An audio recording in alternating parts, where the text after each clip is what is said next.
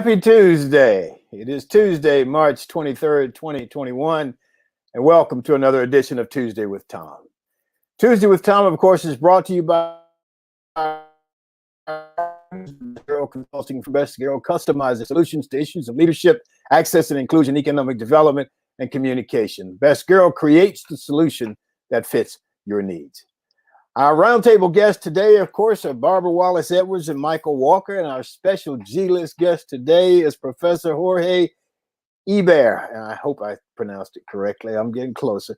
From Texas Tech University. He's chair of the history department at Texas Tech University. I've spoken to his class for the past few years and his history class, and today he gets to return the favor, and so I'm looking forward to it.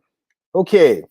So as we continue our celebration of Women's History Month, I'm going to deviate from that today to talk about the broader subject of history, since our G-list guest is a historian and has a special interest in sports history that includes some personal history from my personal history from just the last 3 weeks.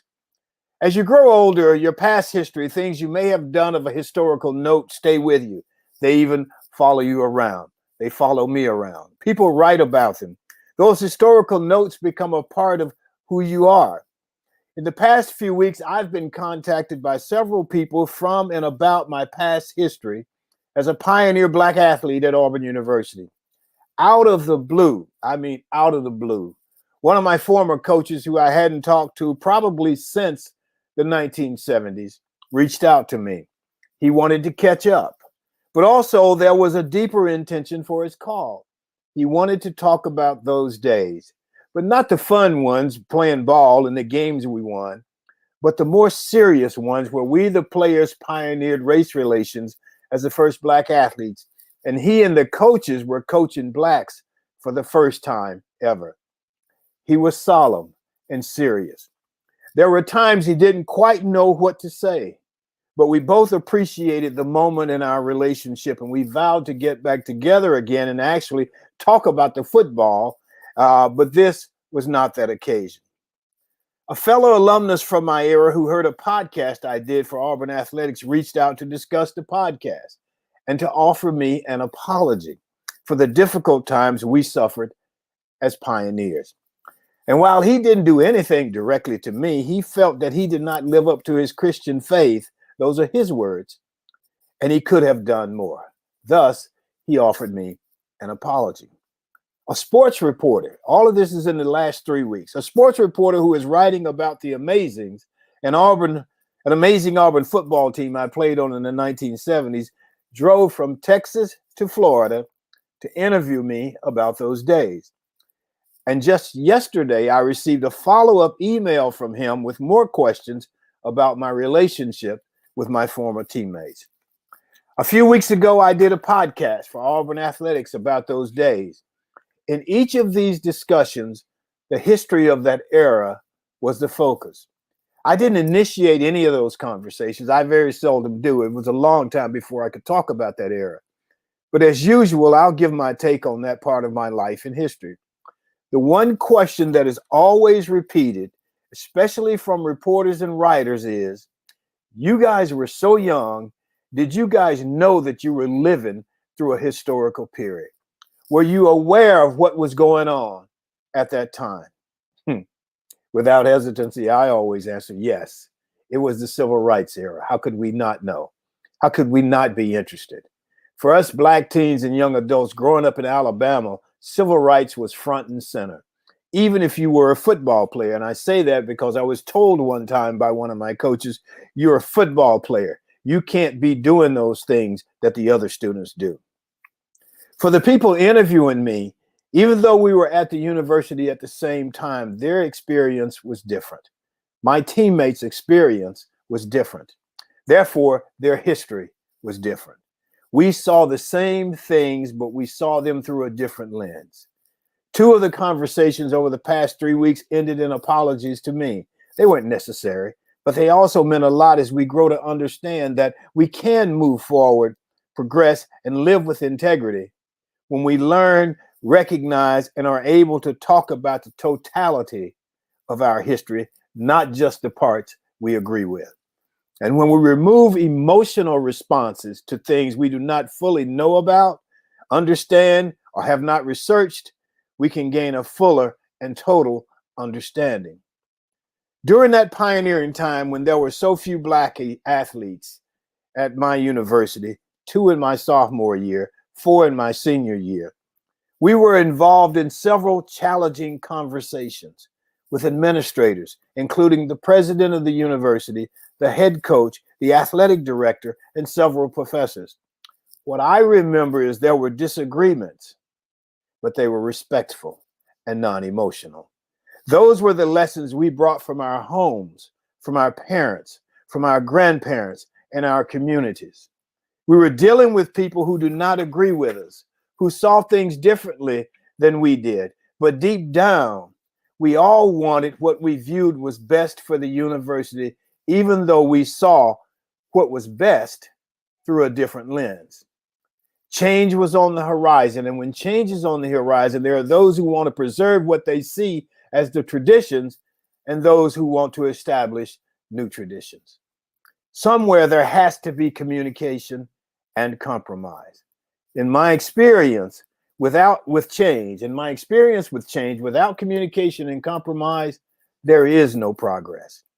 In one of the interviews, I was told by the reporter, Thom, "You are the dean of Black athletes at Auburn University." The dean. I told him, I like that. I earned it.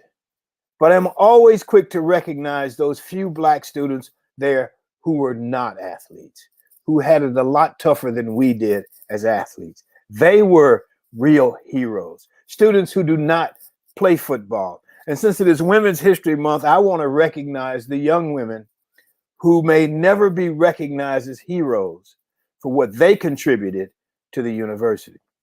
You may never see any statues or monuments to them on campus, but they challenged the system. They stuck together.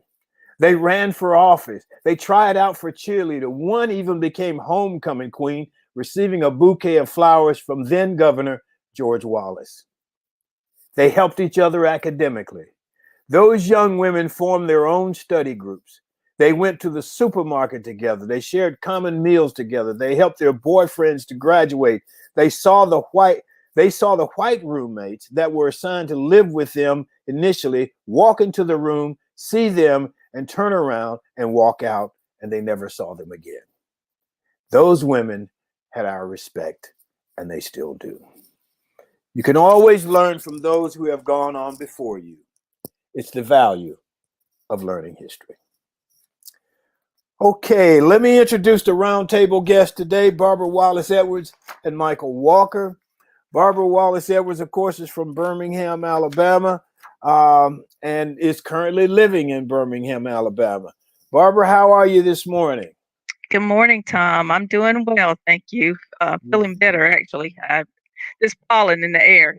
I'm happy that spring is here, but the pollen is been deadly for me this year. I actually thought I had COVID last week, but it turned out it was simply allergies, and so still suffering a little bit with that, but thank God I'm feeling much better. Okay, you got any historical notes you want to share with us? You were one of those people there, kind of after we came in waves. You weren't there when I was there, but I just remember that the students who didn't play sports, I think about how hard it was for those of us who played sports, but for those who didn't play sports, what a difficult time it must have been.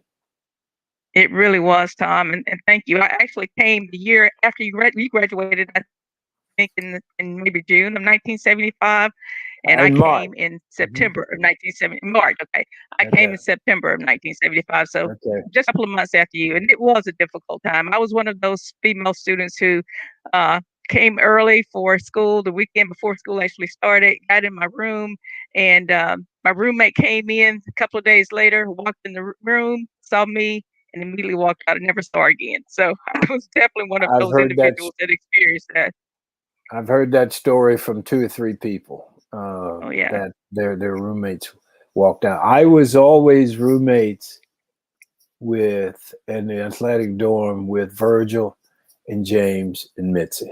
So, yeah, You were and then blessed. Chris Wilson was my roommate for a little while. And Chris is a white guy for a little while. Let me say just one thing. We got Dr. Iber, and I'm probably pronouncing it correctly. I apologize. From Texas Tech. And Big D has sent a message in. And Big D, I think you went to Texas Tech for a little while. So maybe you'll have some conversations with a professor from Texas Tech today. We're glad you're on with us. Okay, let's see. Where are we now?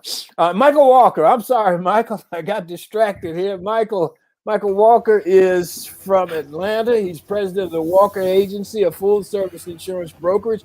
We were talking about Birmingham, Alabama earlier, and about Bell South and AT&T, and it just so happens that we both worked there, where we both got our start in the world. And they taught us enough that where we could make a living without us, and so we're forever grateful for that. Michael, how are you this morning?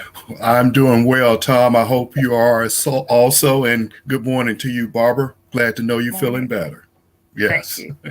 You're absolutely right, Thom. Bell South taught us an awful lot, and they actually helped shape us and mold us into the people we are today, especially from a business perspective. I have to tell the story of your hiring because it's one of those stories that people really just wouldn't believe. I was working in management employment, and Michael, I don't remember if his stuff came across my desk. I knew him going to Auburn, and this guy is sharp. We need to get this guy in here. And so I arranged for an interview for him and got him over in marketing, where I knew he would knock it out of the park and stuff. And he went for the interview, and the district manager called me back and just ranted and raved about how great he was and stuff, until the fact I almost got tired of it. It's like, I know he's great. I sent him to you, and then I said, well, you want to make an offer and bring him in? And he said, no, Thom, I don't want to do that right now.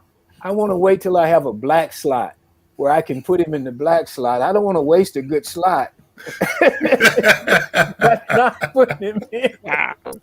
And I just could not. I mean, what? And it's one of those where you're the only one. I'm the only one in management employed. What do you say?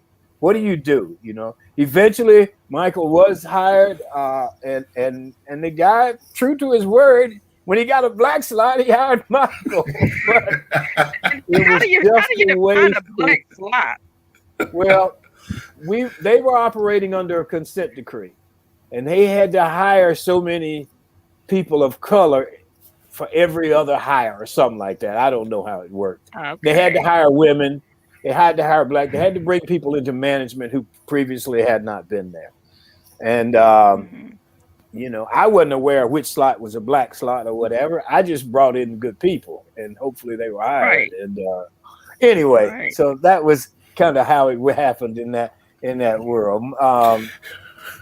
You got something, Michael? Go ahead. Yeah, well, the flip side of that, you're talking about people coming in and looking at you and walking out. You also arranged for me to have an interview with the public relations department, which I desperately wanted that position. And at the time, we were always taught to get to our interviews at least 10 minutes early, because if you got there on time, you were late. So I got there 10 minutes early, checked in at the receptionist desk. She said, have a seat. We'll make sure that Mr. So-and-so know that you are here. Shortly afterwards, a guy walked past me, walked down the end of the hall, turned around, stuck his head in another office to pretend he was talking to somebody, and walked right back past me. And within 2 minutes, the receptionist said, he will not be able to see you today. Something came up. I never got that interview. Well, public relations was tough. I had a hard time trying to get in there. And I was just reading, I don't know if you guys saw I think it was 60 Minutes. General Austin was on Sunday. And yes. But he tells his story, and it's happened to me when I was actually working at AT&T Bell South, and I took a group of people who were working with me, actually working for me. We flew to North Carolina for some project, and we got off the plane, and I was the guy leading that expedition, and they immediately ran up to my friend, the white guy, and said, "Hey, Thom, how you doing? Glad you could have us here." And Joel Austin tells a very similar story as to how he has been perceived as he's been a general in the military. So, you know, it's what he said was interesting, and I think this is something that people who aren't of color, maybe they can see this, and most of the time they can't. And General Austin said that every day he's aware of the fact that he's a black man in this country. He's made aware of it, and that's part of life. That's part of the way it is. It is. And you don't even think about it so much, you know, because it's just right. It's who you are in this world. So it's how you perceived. Right. Barbara, you got something else for us? Well, you know, just talking about that particular show, I thought it was very interesting. One of the comments, I think it was Lieutenant General Brown, stated, you know, people choose people who are or have similar interests, who are like them. He said, ducks choose ducks. And you don't think about it that way, but, you know, it's not so much as people are intentionally being biased and racist. I think they feel more comfortable with people who look like them, who act like them, who do the same things that they do, who same interests, church members. So, you know, it is racism, but in many cases, people don't intentionally mean to be racist, but they are. Yeah, I got no problem with that. Michael, you got anything, comments? Well, yes, I just want to get in a couple little tidbits here from a healthcare standpoint, because you know that President Biden committed to having 100 million people vaccinated within his first 100 days. They are well on their way, but there have been a couple of things in the news that I thought our audience may want to know. There had been some talk about Astroxenica, the European vaccination for COVID, and some issues. Well, it turns out a couple scientists in Norway and in Sweden, I believe, they have found that there's a autoimmune trigger that the vaccine may start. And what it does is it causes cerebral venous sinus thrombosis, also known as CVST, and it causes a small blood clot in the brain. And so they are working on that, and it's been said that it's been affecting mostly women under the age of 55. And what it does, it triggers an autoimmune reaction causing the blood clot to the brain. So they are working on that. I actually heard this morning that the Federal Drug Administration has kind of pulled back a little bit on AstraZeneca as they work through this, but the bottom line is it should be good to go. They say the risk of not taking the vaccine do not equal to the blood clots in the small amount of people. So I just want to pass that on. So when you hear about AstraZeneca, you'll know a little bit about it. The other thing about it is that there are some people that have gotten vaccinated with Pfizer or Moderna, their first dosage, and they have experienced side effects. In some cases, the side effects has been severe. Other cases, they have been mild. You'll probably hear some things coming out where they're saying that what they have determined is in some of those instances, people had already been somewhat affected by COVID and didn't know it. And when they got the first dosage, their body reacted because their body was strong enough to fight off before, and that caused a reaction. So I just want to let people know, but don't let that frighten you from going to get the second dosage. Well, I got two shots, and I never had any kind of reaction. I had a little swelling on the first one, and but I didn't have anything beyond that. So I guess I was lucky, blessed, or what have you. Yes. Couple of things I'd like to just mention before we go to our G-list guests, and I'm going to say hello to my cousin Kevin Bowens, who's joined us this morning. Hey, Kevin, I hope you're doing well, man. We passed by your house took my dad for a ride when I was in Birmingham. We passed by you guys' house, and some other people on, Daryl and Aisha, I think, from Chattanooga. I may have pronounced it incorrectly. I'm sorry if I did. Nikki. I'll be safe and safe. And I want to tell you guys, our audience is growing. Last year, in addition to people we had from about 13 different states, we had people from Saskatchewan, Canada, from London, England, and from the continent of Africa. So I'm going to have to thank Barbara and Michael and Emily and Sean and Joyce and everybody that's been associated with the program, and all of the regular people who come on and talk with us. Either one of you guys got anything else before we go talk to the good professor?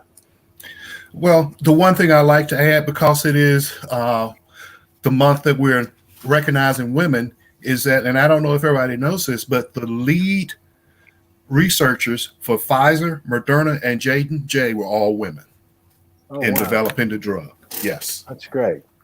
That's great. Good morning, Gretchen. Gretchen is from Auburn University, has joined us. Gretchen is the VP of Alumni and does an absolutely wonderful job. And I'm sure Craig's not there with you, but wherever he is, I know he's grinning.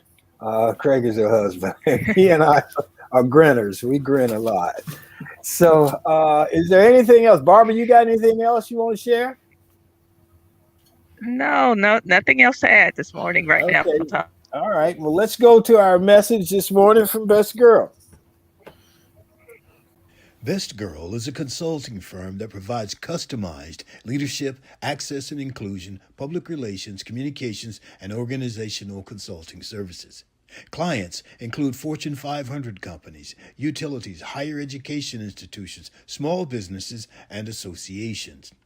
Best Girl's team of consultants, led by Joyce Gilly-Gossam, Emily Hedrick, and Sean Jones, partners with business and education clients to promote organizational effectiveness, communication, motivation, and leadership, with always an impact on the bottom line.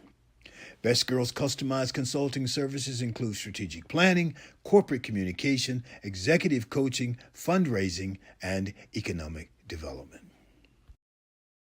Okay, let's go to our G list now, where everybody is a star. Hollywood's got the A list. Here at Tuesday with Thom, we have the G list. And so our G list guest today is Dr. Jorge Iber, Associate Dean of College of Arts and Sciences, Professor in the Department of History. I've been very fortunate to speak to his classes for the last, I think, 3 years or so. And he has a history class, and it's mainly focused on sports history, I think. And we always have a good conversation, and I'm going to be doing that next month sometime. So, Dr. Iber, how are you this morning? I am doing very well, Thom. How are you this morning, sir? I'm doing well. I'm doing well. So you graduated from the University of Utah Graduate School, got your master's there, and then your doctorate. You undergraduate, I think, St. Thomas of Villanova University in Miami, Florida. Yep. Never heard of that. Is that? Well, it's a very, it's very interesting to me that you and Michael and Barbara were talking about your history and your background. St. Thomas of Villanova University was a school in Cuba, and when the priests who ran that school were kicked out by the Castro regime in 1960, if I remember correctly, within a year or so, they reestablished the university in Miami. And for the longest time, it was called Biscayne College. And then it became St. Thomas of Villanova University. And now it just simply goes by St. Thomas University. It's actually a pretty nice little school. It started, I was there, and I'm sure that this will tie in with some of your recollections of Auburn. It was a very small school. We had about 1,500, 2,000 students. Last I've heard, we're up to about 6,000 students there now. I've tried to stay close to them, but I mean, obviously, my main connection is the University of Utah, and I just am very, very fortunate, like you and your other co-hosts, I had the opportunity to get a good college education. My parents, neither one of whom graduated from high school, drilled it into me. I mean, but I was like 9 or 10 years old. We had just gotten to this country, and my mom, I remember, you're going to go to college. And I, of course, at 10 years old, I had no idea what college meant. But yes, ma'am, I shall be doing that. That is not a problem. So, you know, listening to the three of you talk brought back a lot of memories, because even though my situation was different, being Cuban American and growing up in Miami, there's a lot of parallels. There's a lot of parallels. I can see that, particularly when you're first generation. And yeah, it's the same thing with me. I mean, my dad went to like 6th grade, and he got his GED after he got out of the Army. My mom did go to business college, but the fact we were told that we were going to college, it wasn't a wish or a maybe or what have you. You know, you're going. Yep. And my dad I used to go out to where my dad worked at a pipe foundry, and my dad worked outside. And so if it was 100 degrees or 30 degrees and raining, he had to stand out there and work. And he always made sure that when the weather was really bad, that I got to go out there and watch him stand there and work. And I remember one time as a kid saying, "Daddy, why don't you get out of the rain?" And he said, "That's why I want you to go to college." He said, "I can't get out of the rain." Yep. And so we had something driving us, I think, that everybody didn't have. Just talk a little bit about. Go ahead. You were going to say something. Well, it's the situation. What you've just described. My version of that was this: my dad worked in the shoe industry back in Cuba. And again, just like a lot of the people who managed to get out, and some folks actually were able to restart their businesses in South Florida. And you know, when my dad would take a week's vacation from working at the shoe stores where he worked, he would always, and this was usually over the summer, he would put me in the car. We couldn't afford to go anywhere, so basically what my dad did was he just hung around the house. But he would take me in the car, he would drive me around and show me, see that shoe store over there? That's owned by a Cuban. See that business over there? That's owned by a Cuban. And, of course, when you're like 9, 10, 11 years old, you really don't understand you don't grasp what they're trying to say. And it's only later that I realized that basically what he was trying to do was he was taking me around Miami and Hialeah and some of these other areas and showing me these people have done something with their lives. You can do that too. You need to go to college, or you need to start a business, and you need to do these type of things in order to be able to make something of yourself and to change the trajectory of your family's history.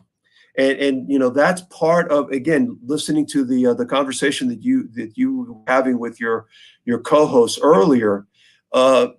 That really resonates with me, because part of what I do in my research is I try to tell the story of Hispanic, Latino athletes who have, through athletics, primarily football and baseball, but through athletics in general, have managed to get a college education, become successful, change the trajectory of their family's history. Not everyone's going to be a Tony Romo. They're going to make hundreds of millions of dollars. But, if you go to college and you get an education in part because you played basketball, because you played baseball, because you played football, you're now get that, you've got that union card, that college degree that opens doors for you in a lot of different places. Exactly. Just want to go back before I go to Michael and Bar. I just want to go back to, you said your dad would take his vacation, but you guys never went anywhere.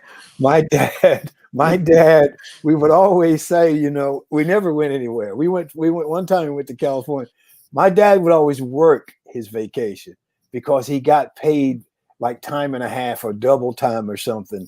And so he would always work. And it's like, Daddy, are we going to go anywhere this year? And it's like, nope, I'm going to work, man.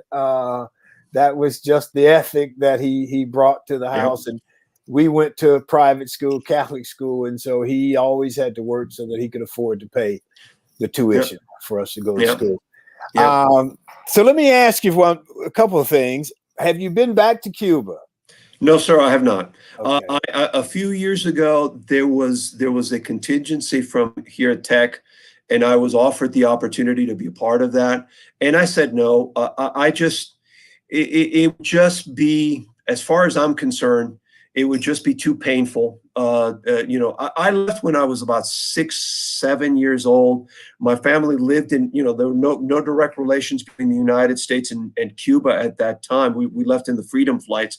So like a lot of my colleagues from back home, we wound up in a third country. My family happened to wind up in Mexico City, and we lived there for, 8, 9, 10 months. My dad was there for a little bit longer. So no, I've never gone back. And I got to tell you a quick story. My father passed away about 5 years ago. Maybe more than that, about 5 years or so ago.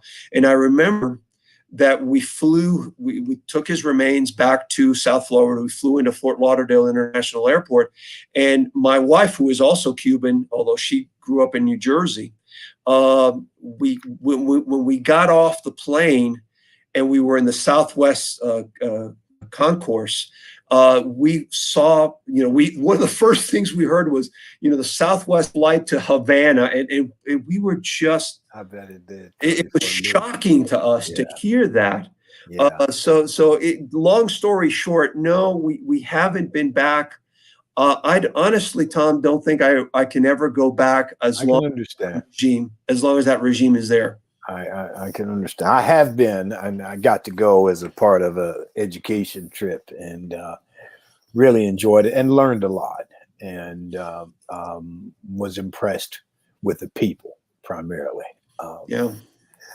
So let's go to. I speak to your class, and I think it's a class on sports and sports integration. No, actually, it's the class that you always speak to is second half of U.S. history. Okay. The basic survey course. Okay, but my end of it, you focus on sports history. I hear. Sure. I do sports history. That's my thing. So even in the survey class, as a matter of fact, just yesterday we were talking about the 1950s, and I was talking about Jackie Robinson, talking about Minnie Minoso. I was talking about Larry Doby. A lot of the kids, it's funny, you see the surveys at the end of the semester from the kids, and, why does this guy spend so much time talking about sports? But I always like to think that, in a survey class, you try to get a hook. And that, frankly, Thom, your book and your story, I tried to hook the kids into looking at race issues, and I figured that having a story of someone who's played football, and I mean, you guys in Alabama and Florida, you guys are amateurs as far as loving football. We're, especially in West Texas, man, it's a religion out here. I figured this is a good way to bring the kids in to discuss the issues that you were talking about earlier. And it's a little bit of sugar that makes the medicine go down.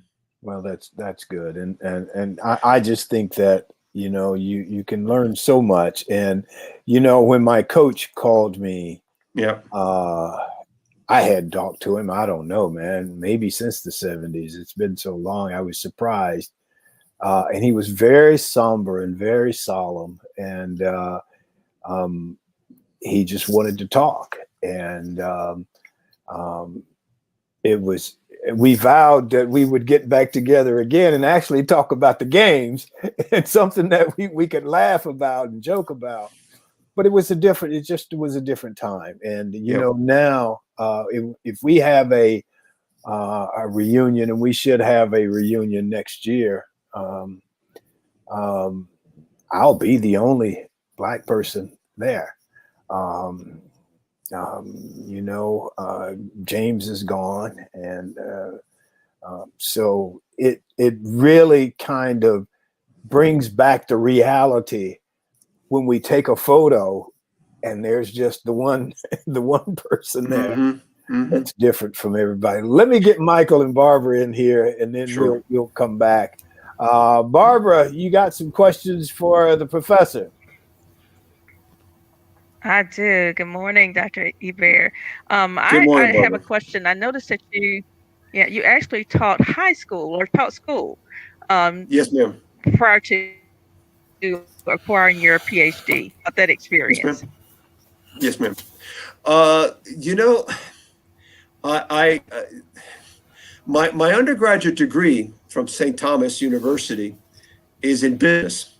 I worked in, this ties in, I think, maybe with some of what Thom and Michael were talking about. I worked in banking for a few years right after I got out of school. And I just absolutely hated it. And I would come home every night and talk to my wife about how much I despised the job that I was doing. And, she said, "What is it that you want to do?" And I said, "Well, this is going to sound crazy for you, but I really enjoy. I'm a geek. You can tell by the bow tie. I'm a geek. I love being in the classroom. I love reading. I love studying. I think I want to be a teacher." So I wound up getting a job as a high school business math, business law, and accounting teacher. Oh my God, this is a lifetime ago.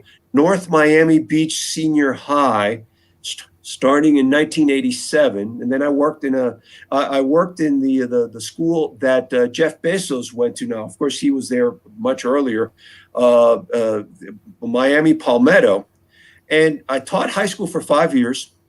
And I remember, and I hope this doesn't sound too mushy, but I remember my wife worked for a cruise line in Miami, and I remember picking her up from work one day, and I said, "I've got something I need to tell you." This was about 1989, 1990, and I said, "I've got something I want to tell you. I think I want to pursue a PhD. If I'm going to make a career out of teaching, I want to have the alphabet soup after my last name, and I want to teach at a university." And she said, "That sounds like a great idea. Where are we going to go?" So a kid from New Jersey and a kid from Miami wind up in Salt Lake City, Utah. We were like two fishes out of water here. I can tell you that much. But Barbara, to sort of just go back to your point.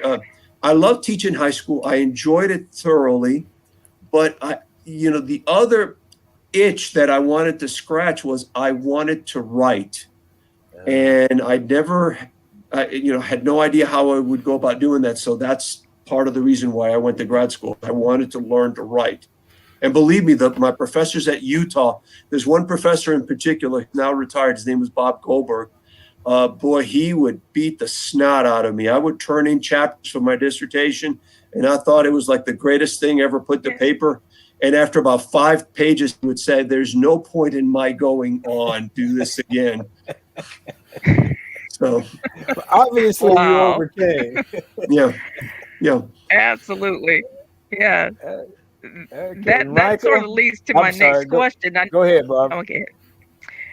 I was just going to ask, you mentioned being an author. You've authored many books and articles and so forth. Tell us a little bit of is there anything new you're working on currently? Well, and this I think will resonate very nicely with Thom. I just finished a book. It was published about a year ago. It's called Latinos in American Football, and I co-authored it with a friend of mine named Dr. Mario Longoria. And it's a book that looks at the history of Latino participation in American football. We go back to the early 1920s. There was a couple, and if you know anything about the history of especially college football starts as an elite sport. It starts at elite institutions. It starts at Harvard. It starts at Yale. It starts at Princeton. It starts at Rutgers. That's where it starts. So there were a couple of Cuban Americans who played in some of these earlier schools, but little by little, the game and here in Texas, the game begins to permeate the state, and it winds up in El Paso. It winds up in Laredo. It winds up in the Rio Grande Valley. And I mean, the Rio Grande Valley is 85, 90% Mexican American at this point. El Paso's pretty much the same. Laredo's pretty much the same. So eventually you're going to start having Mexican Americans playing football. So that was the genesis of that, and we bring it up to the current. And Thom's will recognize the name of probably one of the top 4 or 5 great football players we've ever had in the history of Texas Tech.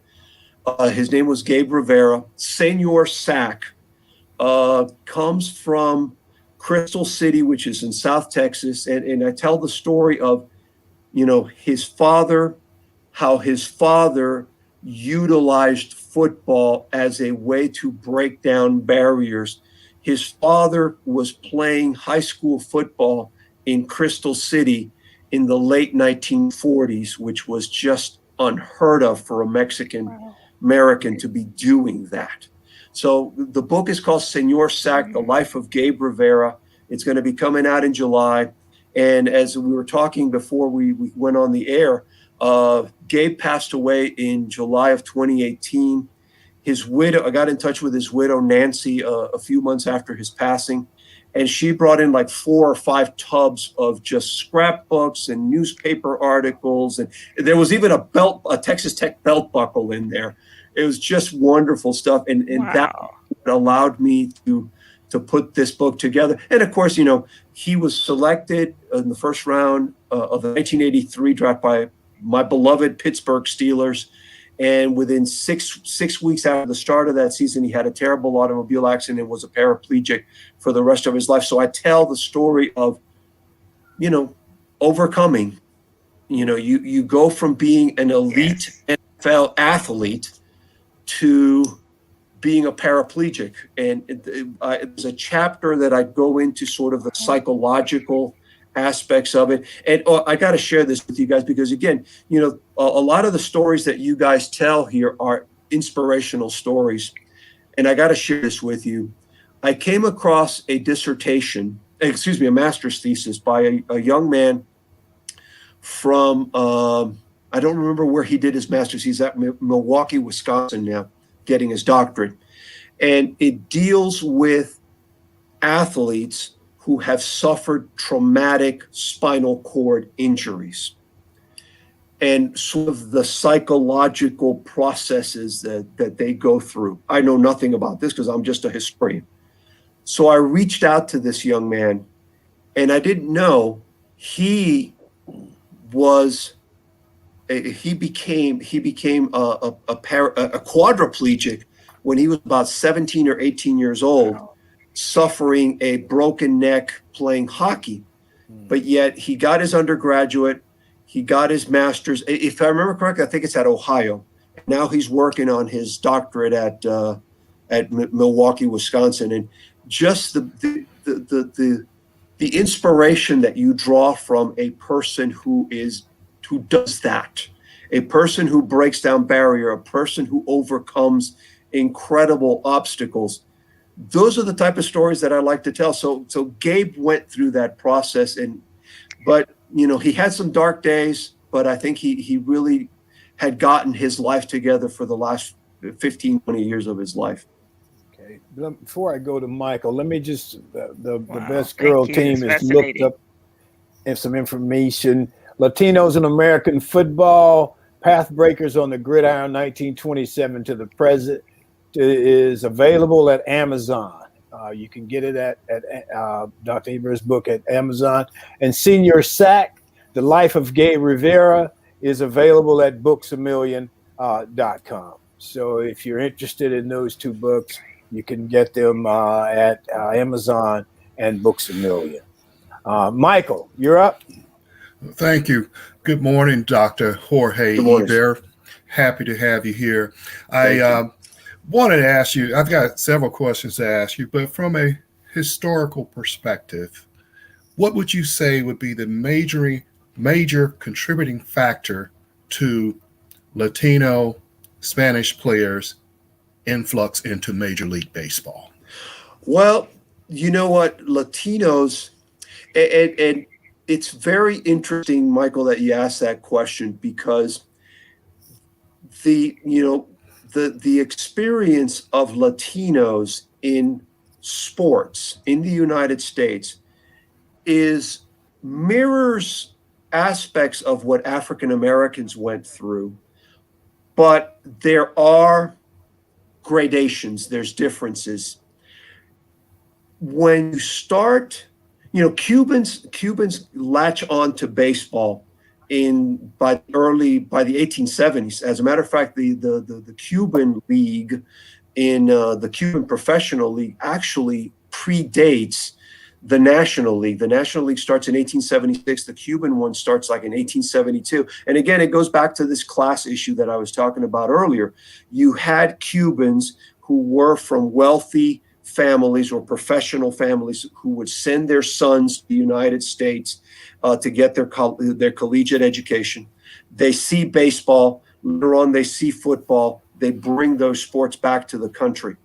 And since initially the sport is predominantly upper class, that means light skin, white, the game eventually starts to percolate through the country.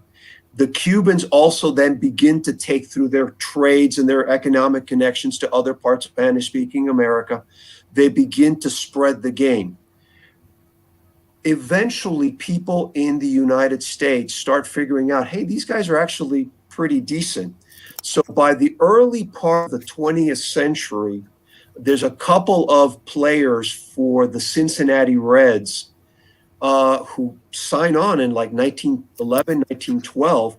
And I think all of you will appreciate this tremendously. There's questions about, wait a minute, these guys are Cuban. Does that mean that they're part black or maybe even black? And there's a story in one of the Cincinnati papers that says, and I'm paraphrasing, but this is pretty close to the quote, they are of pure Castilian blood. That translates into they're white. So it's okay for them to play in the major leagues. Now, there are many dark-skinned, mulatto and even black Cubans who play in the Negro leagues. And so people know that Cubans are, and other Latinos, there's a guy by the name of Mel Almada who's the first Mexican to make it to the majors. He does that in 1933. So because we are considered not black,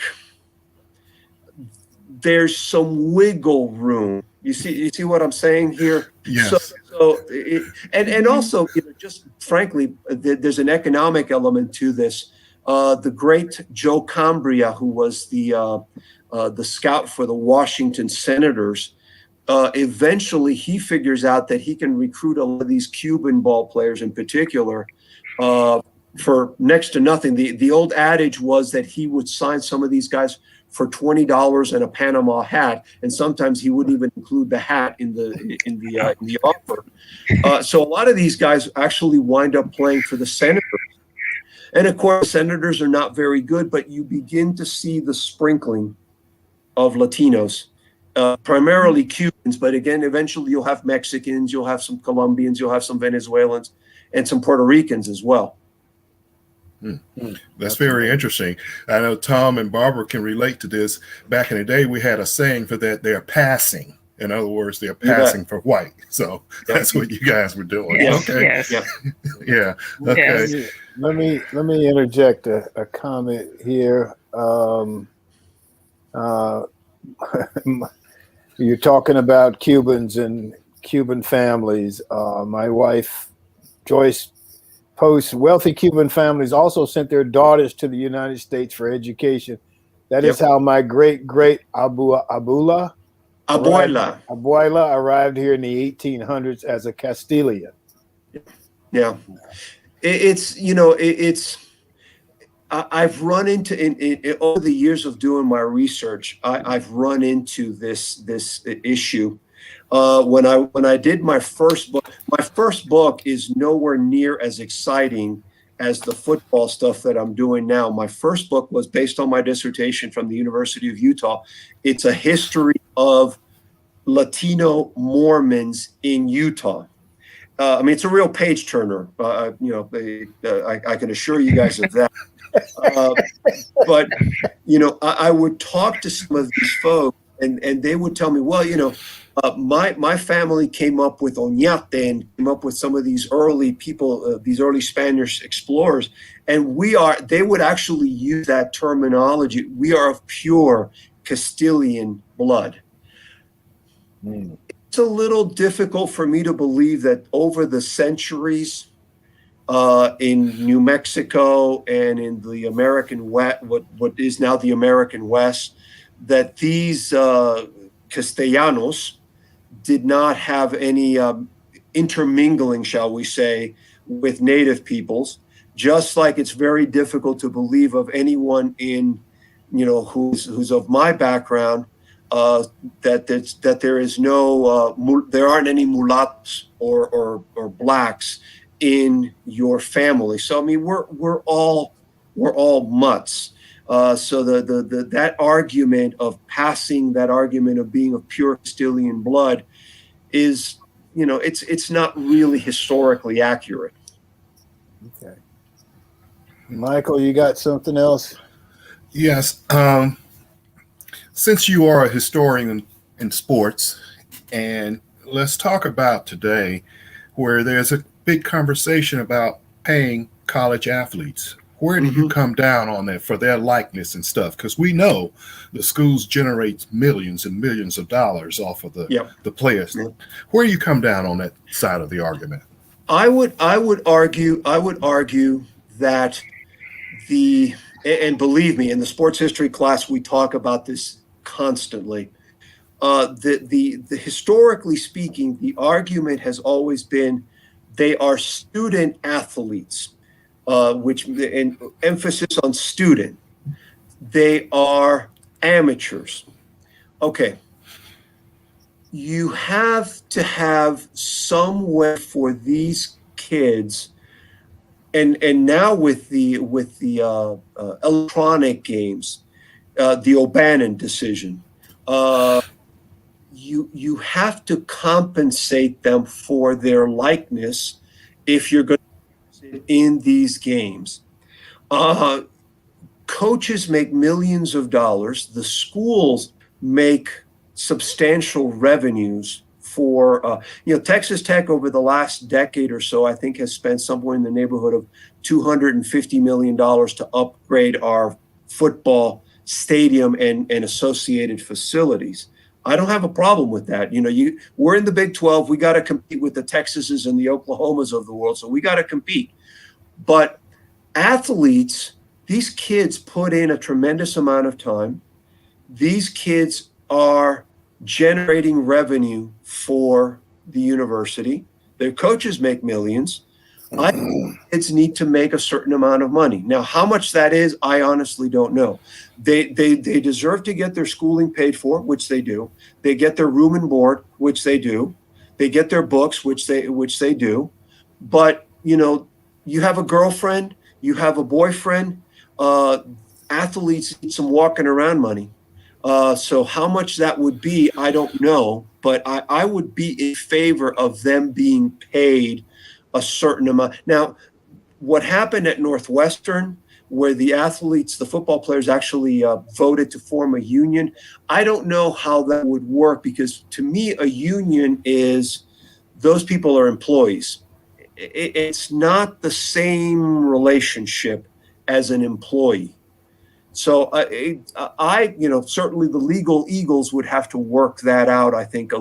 But I personally believe that athletes should be paid something as a way to give them a chance to have a better, more full, going back to some of the discussion that we were having earlier about the difference between athletes and the regular students at a university. I think athletes want to be part of the regular student body as well. And I think they need a little bit of money in order to be able to do that. And not every athlete has the wherewithal that his or her family is going to be able to provide them with that assistance. So yeah, I guess the very long dragged out story, Michael, I would be in favor of paying them something. Well, I'd have to just comment on that, and I'll be brief here as I can relate to your story. And with athletes, they don't just necessarily have to have walking around money or money to take somebody out. My own story, my daughter played basketball at Wake Forest, full ride, but I had many occasions she would call me on the phone and say, "Daddy, can you put $100 in my checking account?" Or I need this, I need that. And she would be in the grocery store.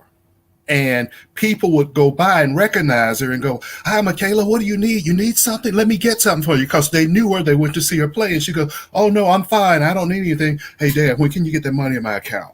You know, and that right there. But fortunately, I was able to do that. She could call me and I could do that. But you think about a lot of kids that get sent away to a college like that and they're on scholarship, and they don't have a parent that they can call to do that. You know, and it's awful tempting when you know that you can't call your parents and you don't want to put them in a position. And then there's somebody here saying, "Let me help you." Yeah. And you got to turn it down. It's look, back to some of the discussions that we were having again before we went on the air about honesty, about being honorable, about being, and you know, I don't want to put kids in those positions. I want them to be able to, you know, if they want to go to the mall and they want to pick up a pair of shoes, or they need to pick up a pair of shoes, or they need to pick up a shirt because, hey, you know what? I'm in my senior year and it's time for me to go apply for a job, or I'm in my junior year and it's time for me to go apply to visit with some folks so that I can get an internship. You know, these kids need to be able to present themselves in a professional manner so that, and I think that that's part of the experience that a university should provide. You know, we're training these young men and women, athletes and non-athletes, to be productive citizens in the years after they leave our institution. The majority of them are not going to play professionally. That, you know, the NCAA loves to make that, you know, that ad where, you know, 2% of our athletes go on to professional careers. Perfectly true, perfectly acceptable. Then how do we make it so that these kids can transition and then somewhere down the line become a Michael Walker or Barbara Wallace-Edward or a Thom Gossam? How do we do that so that these young men and women 30 years from now can become the people that the next generation is looking up to? Oh, wow. Okay. Well, man, I tell you, this hour has gone so fast. It's been absolutely great. Let me Paula Rietta Conway, good morning back to you. Paula's saying good morning. I think she's in Arizona.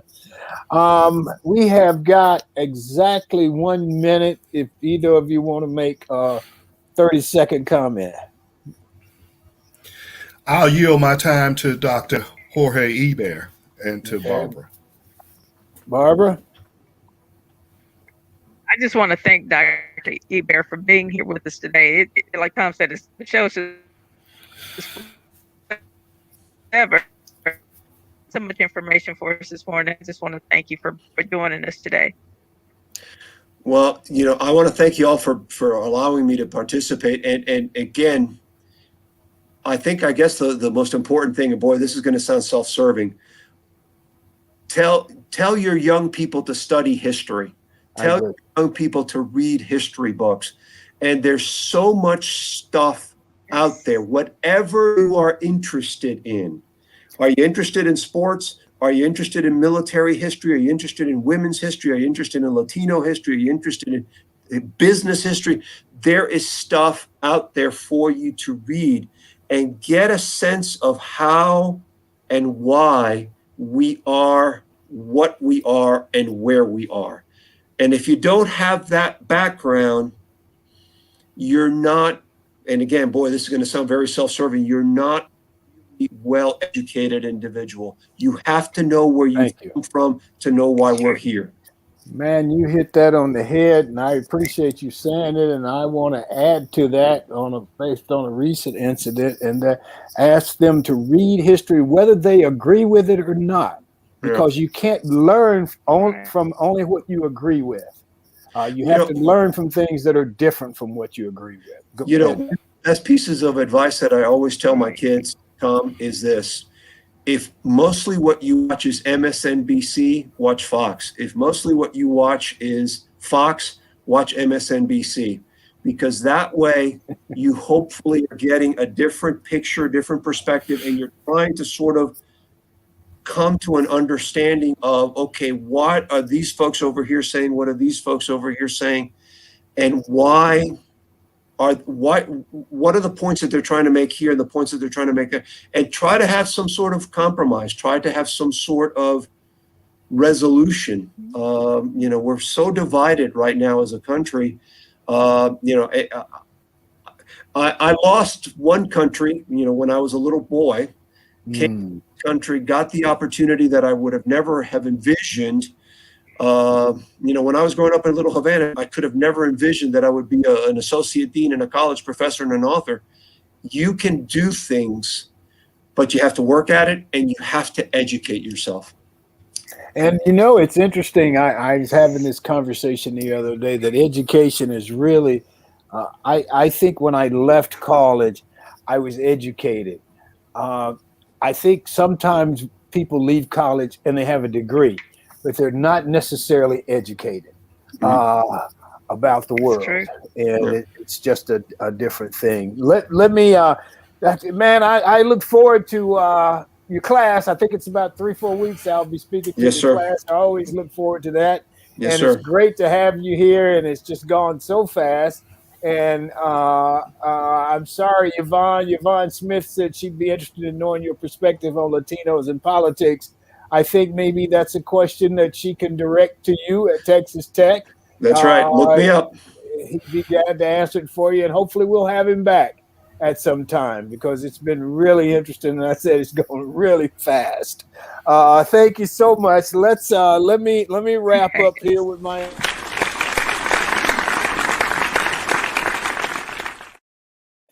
There is so much inspiration around this message is for young people who are suffering through finding their way in the 21st century.